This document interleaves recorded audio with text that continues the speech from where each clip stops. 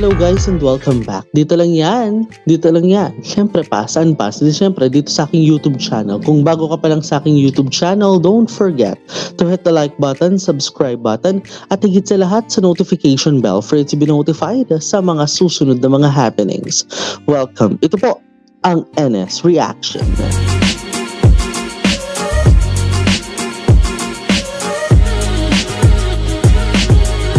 And for today, it is now formally the 7th episode. Ito na ang simula ng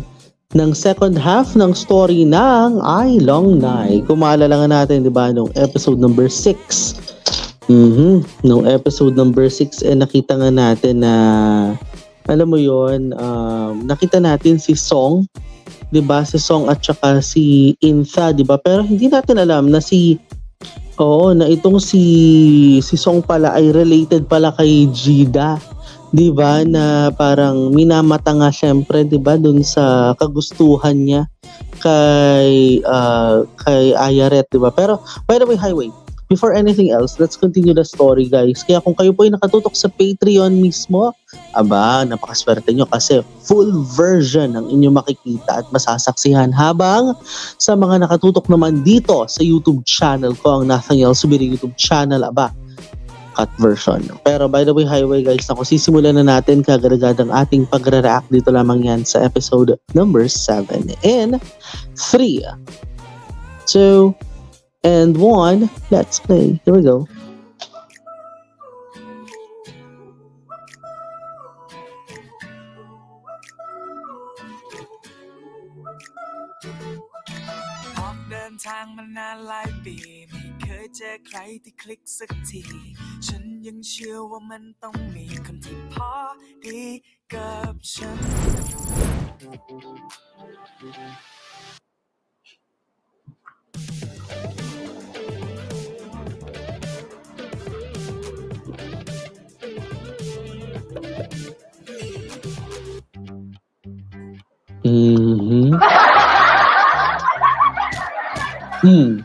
Aray, Tona.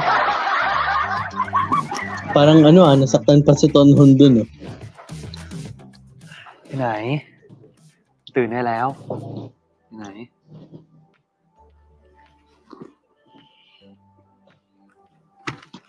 เลิกเรียนแล้วไปกินข้าวกัน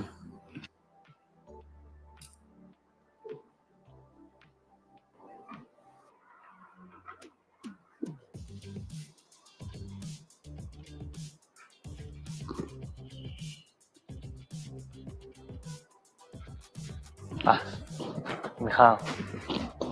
Parang lutang siya.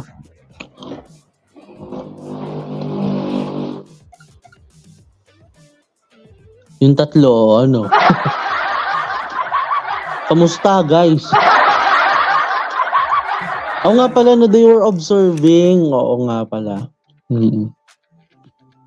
ที่ไหนมึงกลับไปนอนไหมหน้ามึงง่วงขนาดเนี้ย กูไม่อยากโดนเรียนก็ถ้ามึงจะนอนทั้งค่าแบบเมื่อเช้าอะนะมึงกลับไปนอนที่ห้องสบายๆไม่ดีกว่าหรอวะมึงใกล้สอบแล้ว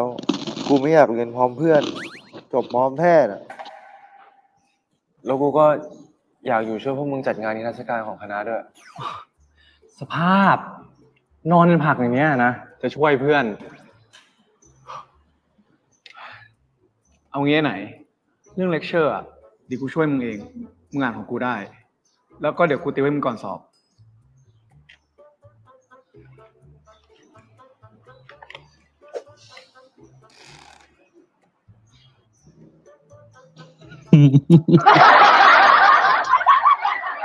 กินป๊อกกี้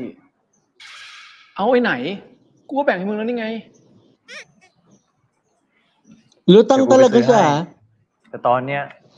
มึงกลับไปพักผ่อนก่อนหน้ามึงแดงมันไม่สบายเลยตัวกูร้อนไหม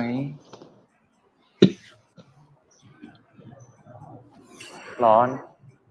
เมื่อเช้ามันยังดีๆอยู่เลยเมื่อเช้าก่อนออกมากูก็กินยาแล้วตอนนี้เป็นไงอ่ะ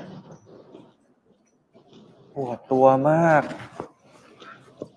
ง่วงนอนมากเลย มันก็กลับไปนอนเถอะ แล้วก็อย่าดื้อด้วย รู้เปล่า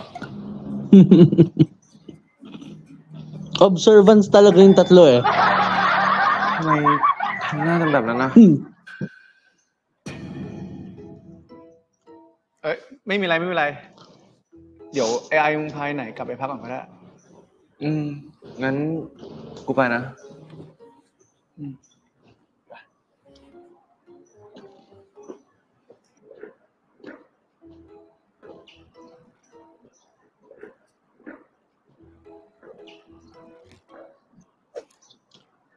มึงกินกูไหม คิดเชี่ยอะไรอีก มึงไม่เห็นอยู่ไอ้ต้น มีซัมติงกัน เว้ยชัวร์ไอ้ต้น มึงนี่มึงขัดกูรู้ว่ามึงก็รู้สึกแปลกเพราะมึงเป็นเพื่อนสนิทกับไอ้ไหนมานานอ่ะมันอาจจะดูขัดบ้างนะเว้ยที่มึงรู้ว่าเพื่อนสนิทของเราอ่ะชอบผู้ชายด้วยกันเอง Kinain din. แต่กูอยากลากไอ้มาถามไปแล้ว ว่ามัน2 คนอ่ะ เป็นอะไรกัน No, wag muna.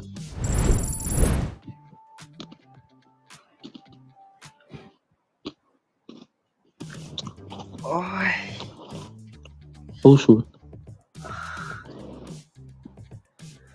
Alam niyo, I'll be honest, I'll be fair. Wala ho akong notes ngayon, ha? Wala ho ako sinusulat, pansin nyo? Wala akong ballpen. Kasi nalilimutan ko mag-notes. Pero alam ko yung storya. Sige, tuloy tayo.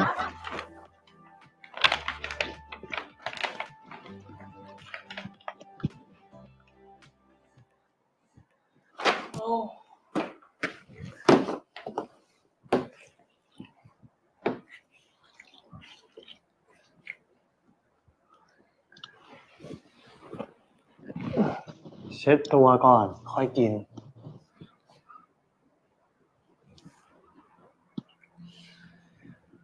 ไม่ต้องเช็ดก็ได้ เดี๋ยวนอนก็ดีขึ้นเอง เช็ดไปเถอะใครจะได้รถไวๆไง Mhm.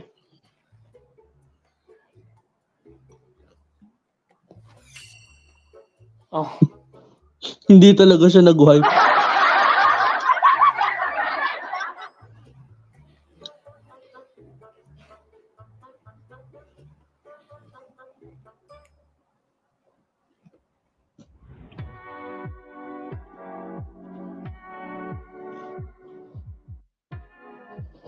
Friend, may sakit siya, Ayaret, ha?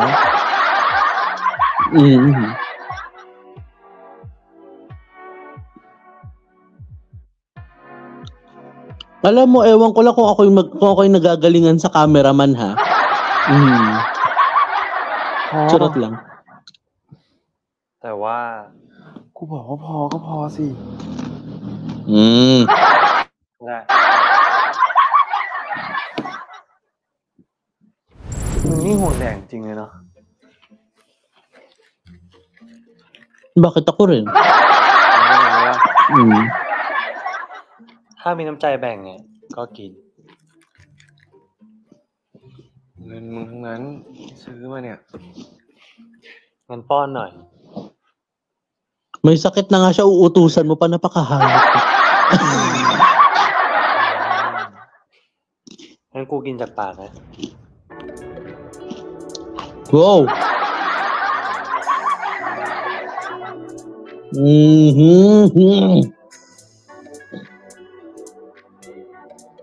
Alam mo, minsan may para-paraan sa ganyan. Yung tipong makikipaghalikan until the last. Until the last. Alam mo yon? ติดไว้เท่านี้ก่อน กูไม่อยากรังแกคนป่วย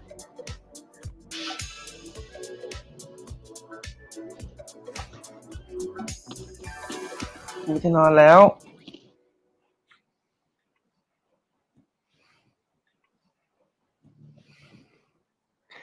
ฝันดีนะ ขอให้ความฝันมึงมีกูเหมือนที่กูชอบมีมึงในความฝัน What's that? Samaga.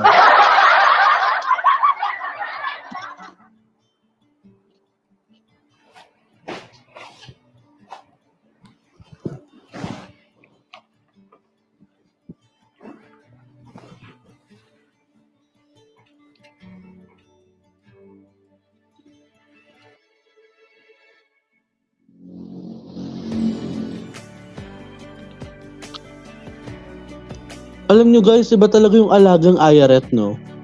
Mm.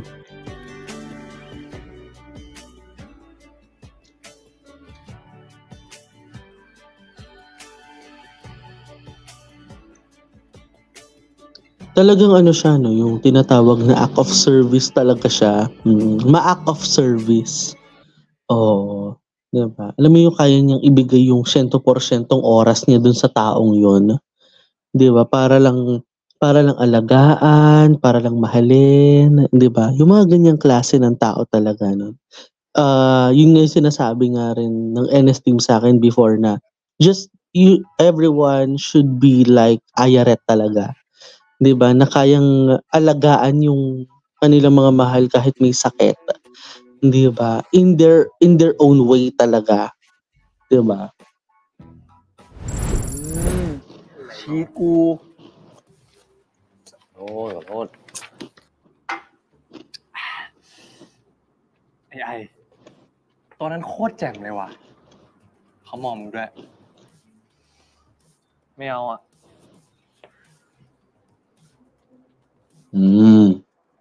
ถ้าจะมาอ่านหนังสือสอบอ่ะชวนกูออกมาทำไมเนี่ย ก็คลายเครียดก่อนสอบไง แล้วทำไมพวกมึงไม่ชวนไหนๆมาด้วย ไม่ เพราะพวกกูมีเรื่องจะถามมึงตอนไหนไม่อยู่ เพราะฉะนั้นอ่ะ มึงห้ามเลี่ยงคำตอบของคำถามของพวกกู Nako. ถามอย่างเดียวน่าเบื่อจะตาย เล่นเกมกันดีกว่า เกมอะไรวะ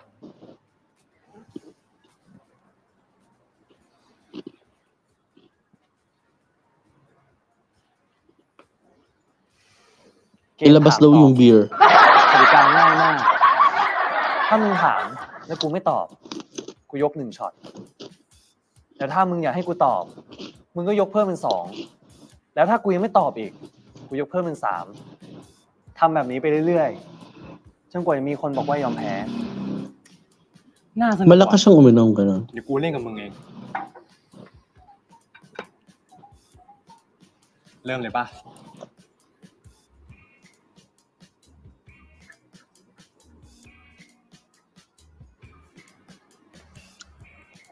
ถามเรื่องที่มึงสงสัยมา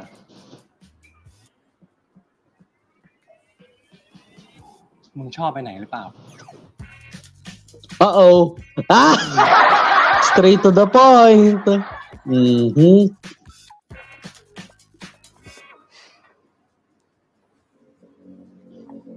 เปิดก่อน1ช็อต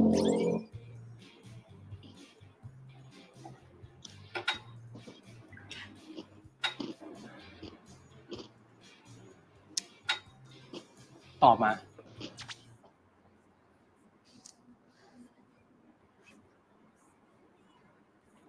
ใช่ กูชอบไหน ชอบตั้งแต่ครั้งแรกที่เจอแล้ว จริงคำตอบไม่ยากหรอก กลัวเกมไม่เดิน ไอสัตว์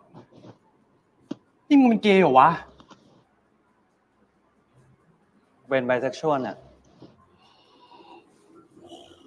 แล้วที่ไหนอ่ะ เป็นด้วยปะเรื่องนี้กูไม่รู้ ไม่ตอบแดก1 เอ้า ไม่ได้ Grabe. เหรอวะ จะได้แดก2ช็อตเท่ากูไง รีบกิน กูจะได้ถามต่อ กินว่ากิน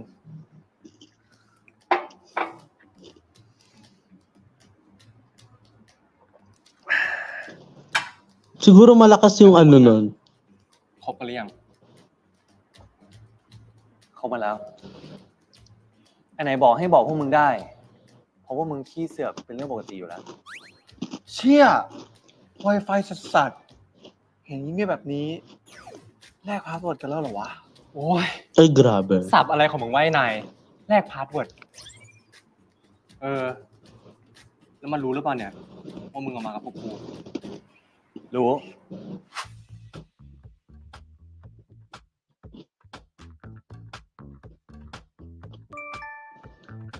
แค่นี้ก็ต้องบอก กูไม่ได้งี่เง่าขนาดนั้นไหม ออกไปกับพวกไอ้ต้น ต้องโดนพวกมันไล่บี้ถามแน่ ผมเองก็ไม่ได้อยากปิดบังอะไรเพื่อนหรอกครับ แต่ไม่เห็นความจำเป็นอะไรที่จะต้องบอก แต่อย่างว่าเลยนะ มีเพื่อนขี้เสือก ไม่บอกมันก็เสือกจนรู้อยู่ดี แล้วถ้าให้เดา คืนนี้พวกมันต้องกะมอมเหล้าไอ้แน่ๆ ต้องให้ไอ้แก้เผ็ดพวกมันบ้างละ จริงพวกกูไม่มีเรื่องจะปิดบังพวกมึงหรอกนะ ก็แค่ไม่มีเรื่องจำเป็นที่ต้องเป่าประกาศให้ใครรู้อะแล้ว พวกมึงจะไม่เลิกคบกับมันเป็นเพื่อนใช่ปะ Ano daw, wait lang. Mabilis sa ano eh. พวกมึงจะไม่เลิกคบกับมันเป็นเพื่อนใช่ปะถ้ามันมาคบกับกูอะ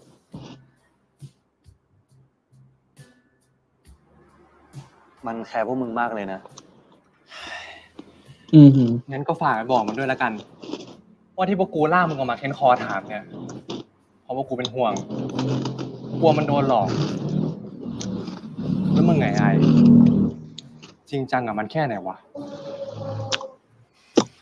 กูจริงจัง กูมีแค่มันคนเดียว สัญญากูได้ปะว่าจะไม่ทำไปไหนเสียใจ เพื่อนคนเนี้ยกูรักมากนะเว้ย กูไม่สัญญา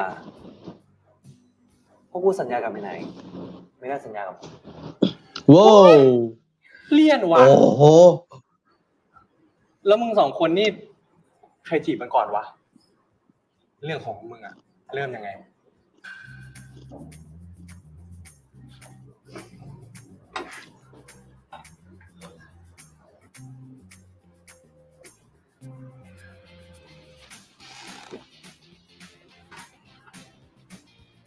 Ba't parang si Tonhon lasing na?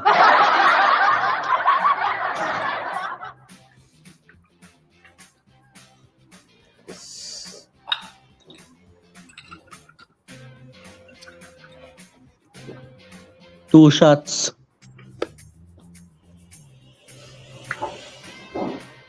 Hala! Hoy! Huwag niyo ubusin! Nasa bakay bayad naman eh, no?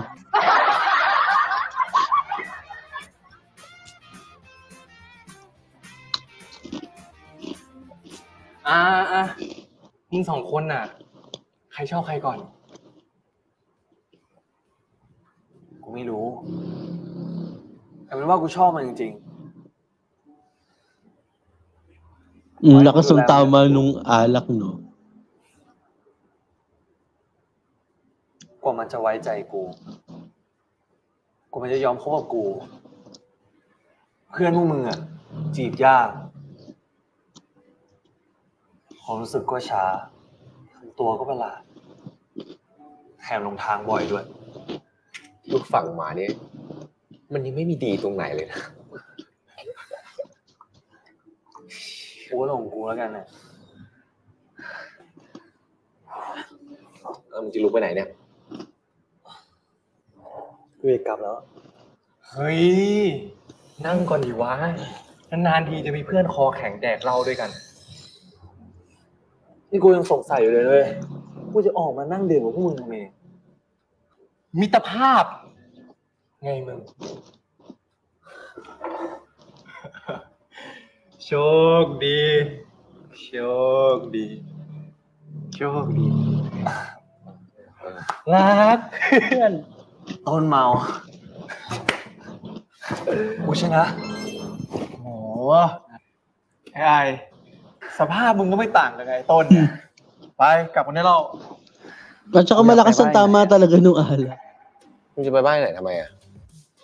นะยิน ส่งกูบ้านไหนมาดิ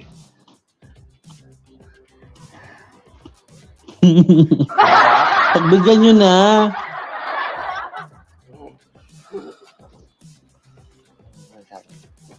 แบก ดูนะ ไปโทรศัพท์ด้วย ตัวมันก็สูง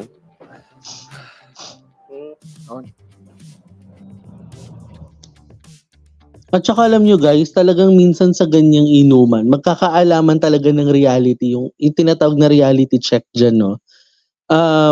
Common kasi yan eh. Diba? Common kasi yan sa circle of friends na Na, oy, mahal mo yung tropa ko, no? Kayo na ba ng tropa ko? Yung parang ganyan. So, marami sa atin may ganyan eh. Marami sa atin may ganyang senaryo talaga na minahal talaga nila yung tropa nila. Oo, 'di ba? Na alam mo 'yon na talagang they are truly dating, sinasabi dito. They are truly dating. And alam mo 'yon na parang ito yung kasagutan sa matagal talaga nilang naipong tanong sa kanilang mga utak. 'Di ba ni na Insa, ni Tonhon at saka ni Nine, 'di ba? So by the way, Highway, let's continue the story. นี่คือบ้านไหนเหรอ พูดอย่างกับมึงไม่เคยมา ปกติอ่ะวันนี้กูไปส่งแค่หน้าหมู่บ้าน มันบอกว่าป้ามันดุอ่ะเลยไม่อยากให้เจอ ฟ้าดุถ้าฟ้ามันดุมันคงไม่เป็นแบบนี้หรอก แล้วนี่มึงกลับไงอ่ะมึงเอารถกูกลับไปก่อนก็ได้ ไม่เป็นไรกูมีแม่ทุนหัวมารับว่ะ เห็นปะคันหลังนั่นแหละคันนั้นแหละ ขอบใจมากเว้ยมึงที่มาส่ง ไม่เป็นไรนู่นไหนมานู่นแล้ว เจอกัน เจอกัน เอ้า มึงไปกินเหล้ากับมันด้วยเหรอ ดิดูสภาพมัน โห เมาจัดเลยกับหมาข้างทางอ่ะ Ay, grabe. Ginawa mong aso naman. โอเคไปดูแลเองเจอกัน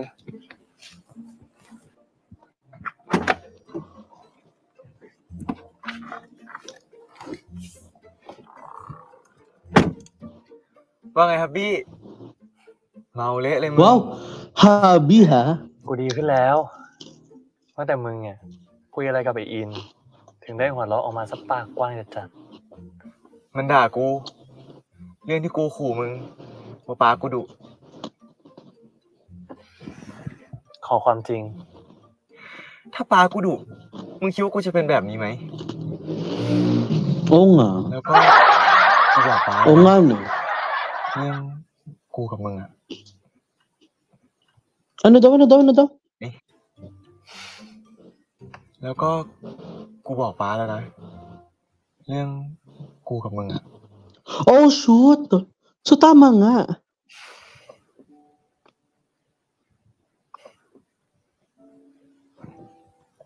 แล้วโดนดุไหม ไม่นะป้าก็แค่เงียบไปแป๊บหนึ่ง แล้วก็บอกว่าอยากเจอมึงด้วย Wow. ป้ามึงจะไม่ฆ่ากูใช่ไหม Tanga ka talaga, hindi nga. ที่ผ่านเอาเด้อแต่กูช่วยสปอยไปเยอะแล้ว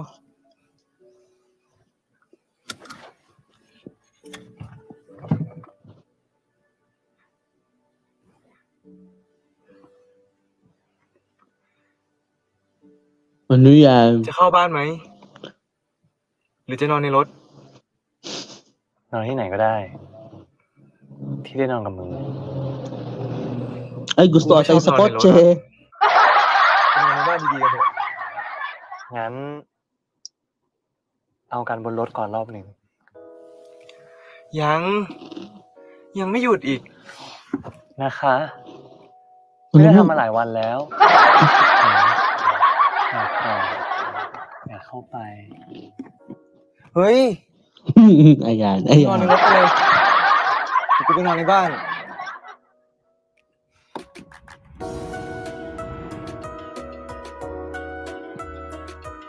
Ayan, Ay, oh, kung niya. shit. Sorry. หน้าบ้านนะเว้ย Sorry.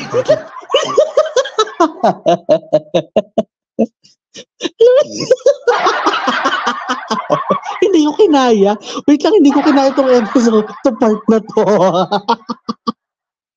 Nag-replay tuloy tayo. รถกูติดฟิล์มทึบ ไม่มีใครเห็นหรอก Tinted. รถมันไม่มีเจลเดี๋ยวมันเจ็บ กูไข้ขึ้นอีก เดือดร้อนมึงต้องมาดูแลกูอีก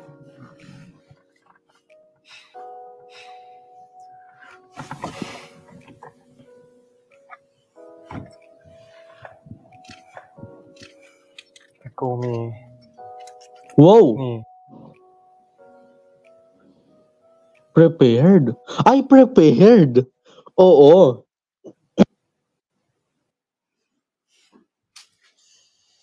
Nakaka-green flag daw talaga pag prepared. Oy, totoo yun.มึงแดกนี่ซะ เวลากูเมากูชอบแดกบะหมี่นี่ กูไม่ได้เมา มึงอย่าปฏิเสธเลยไอ้เรศกูเห็นมึงเดินเซลงจากรถ นี่ แล้วมึงไม่คิดบ้างเหรอเพราะกูจะเหนื่อยจนขาสั่นแบบมึง แดกไปเถอะมึงอะ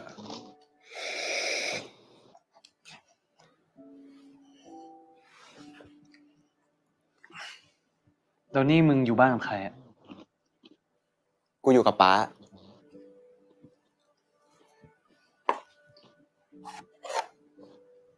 อืม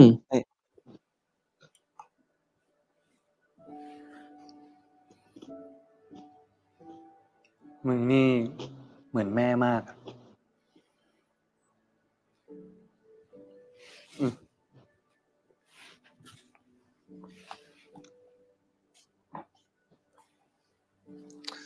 แล้วมึงอะเหมือนใคร พ่อหรือแม่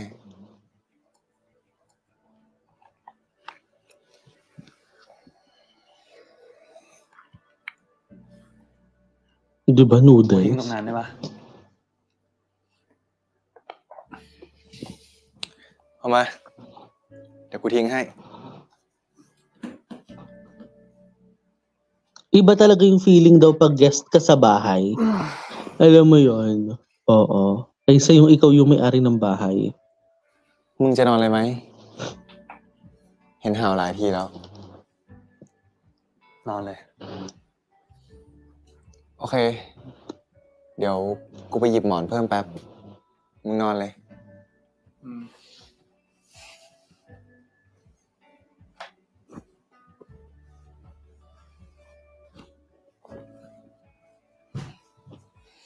Mhm.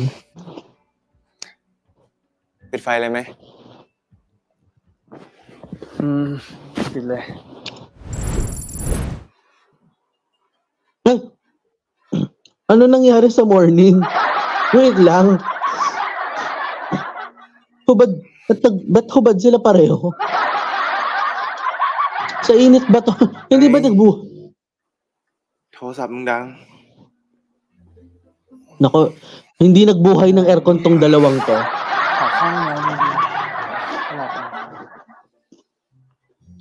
มึงรับโทรศัพท์ก่อน กูหนวกหู โทรศัพท์กูไปวางไว้ไหนวะ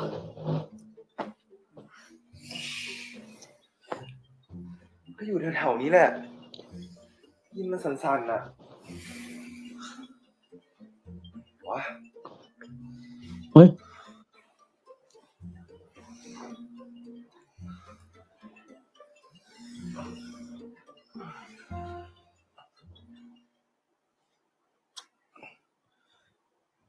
มึงคือคักแต่เช้าเลยนะเนี่ย เหมือนมึงไง ปวดฉี่ต่างหาก ใครเขาจะบ้าอาการแบบมึง hmm. กูรู้แล้วว่าโทรศัพท์มึงอยู่ไหน ปล่อยกูก่อน เดี๋ยวกูไปเอาปล่อยกูก่อน เดี๋ยวไปหยิบให้ Napakaharot.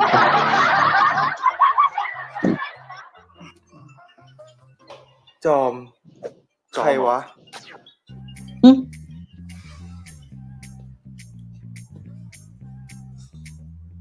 ทำไมไม่รับอ่ะ กูไม่อยากคุย Ay, sino si Jom?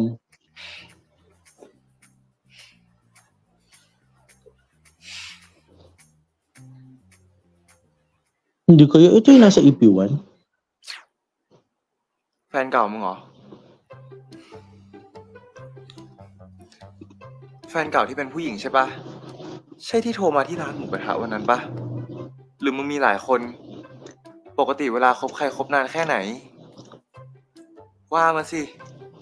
คุณนายเรศ Nako. มึงเปลี่ยนแฟนบ่อยๆ กูเริ่มร้อนๆหนาวๆแล้วนะ ไม่ใช่แฟน น้องสาวกูอ่ะ กูเคยช่วยเขา Ah! ไว้ครั้งหนึ่ง แล้วทำไมไม่รับ ขนาดไม่รับ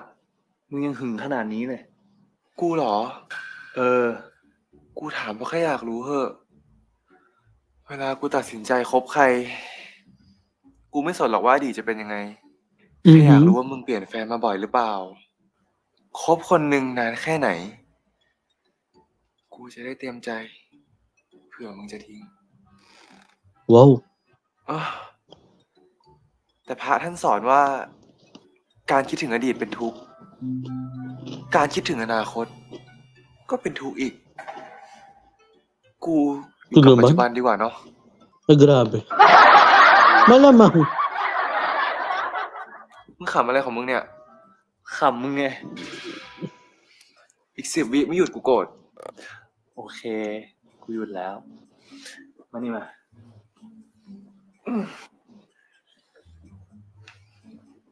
กูจะตอบมึงทีละคำถามนะ จอม คือคนที่โทรมาหากูที่ร้านหมูกระทะ ส่วนเรื่องแฟน กูมีมาแล้ว2 คน คนแรกปั๊ปปี้เลิฟอะตอนอนุบาล Oh. จำชื่อไม่ได้แล้ว จำได้แต่แค่จูงมือกันพาไปนอนกลางวัน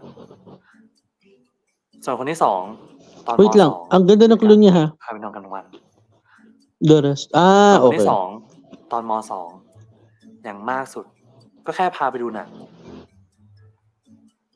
ส่วนตอนที่กูอยู่ที่แคนาดา กูไม่ผูกมัด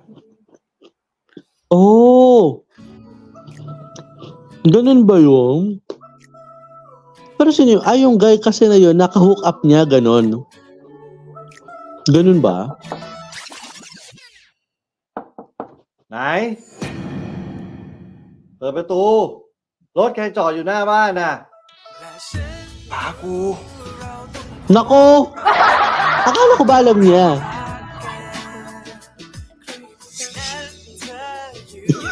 Ayan tayo eh. Yan tayo eh.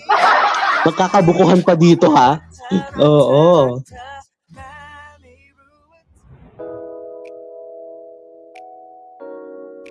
Tsaka yan tayo eh, no?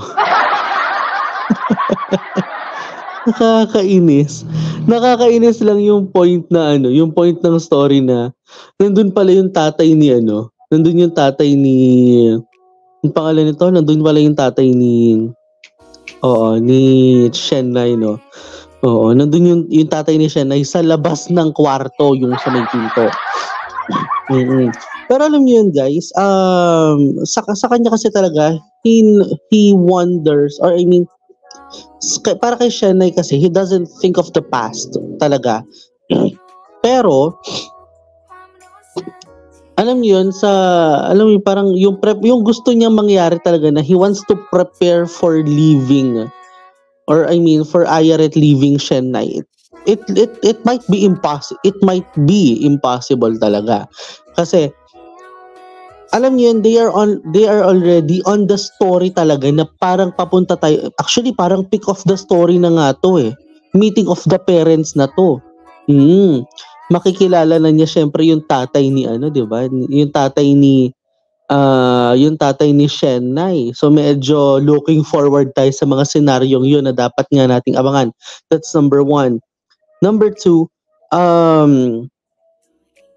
in fairness, no, ang talino talaga ni Ayaret doon sa kanyang dito sa nakita natin dito sa kanyang character kasi he answers even though it was already ended the question. Tinanong siya, nasagot, tapos. Yung parang ganung feeling, yung parang okay.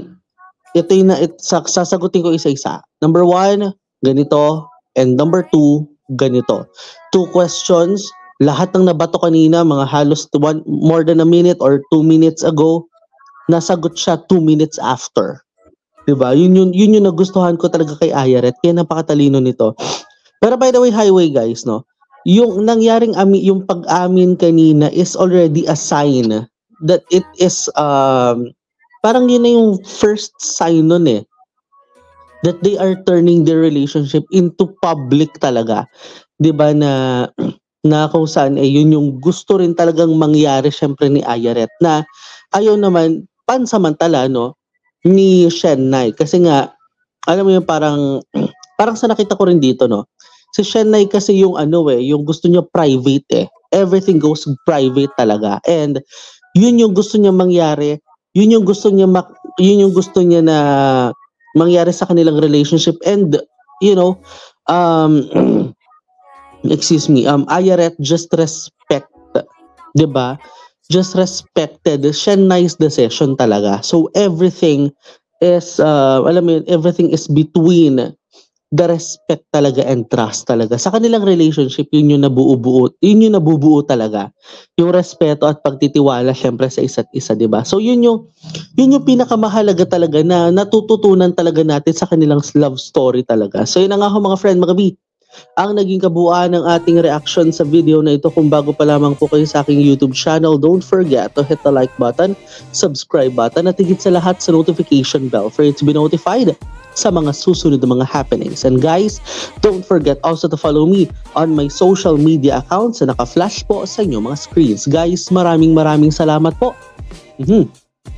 Sa naging pagsama nyo nga po sa akin dito lang yan sa episode number 7 ng I Long Night. Sa lahat po ng mga nakatutok sa NS Premiere Reaction dito sa YouTube channel, maraming salamat po. At maski na sa mga nakatutok din sa full version via Patreon, maraming salamat po. As always, this is your Nothing Else Subida. This is my commentary. This is my own opinion, and this is my own reaction. This is me, Nothing Else Subida. Keep safe, have a great day, and always remember to stay strong, choose to love, and to be loved. And don't forget to defend for what is right in your relationship. Ako po si Nothing Else Subida. Have a great day, and stay safe. And bye!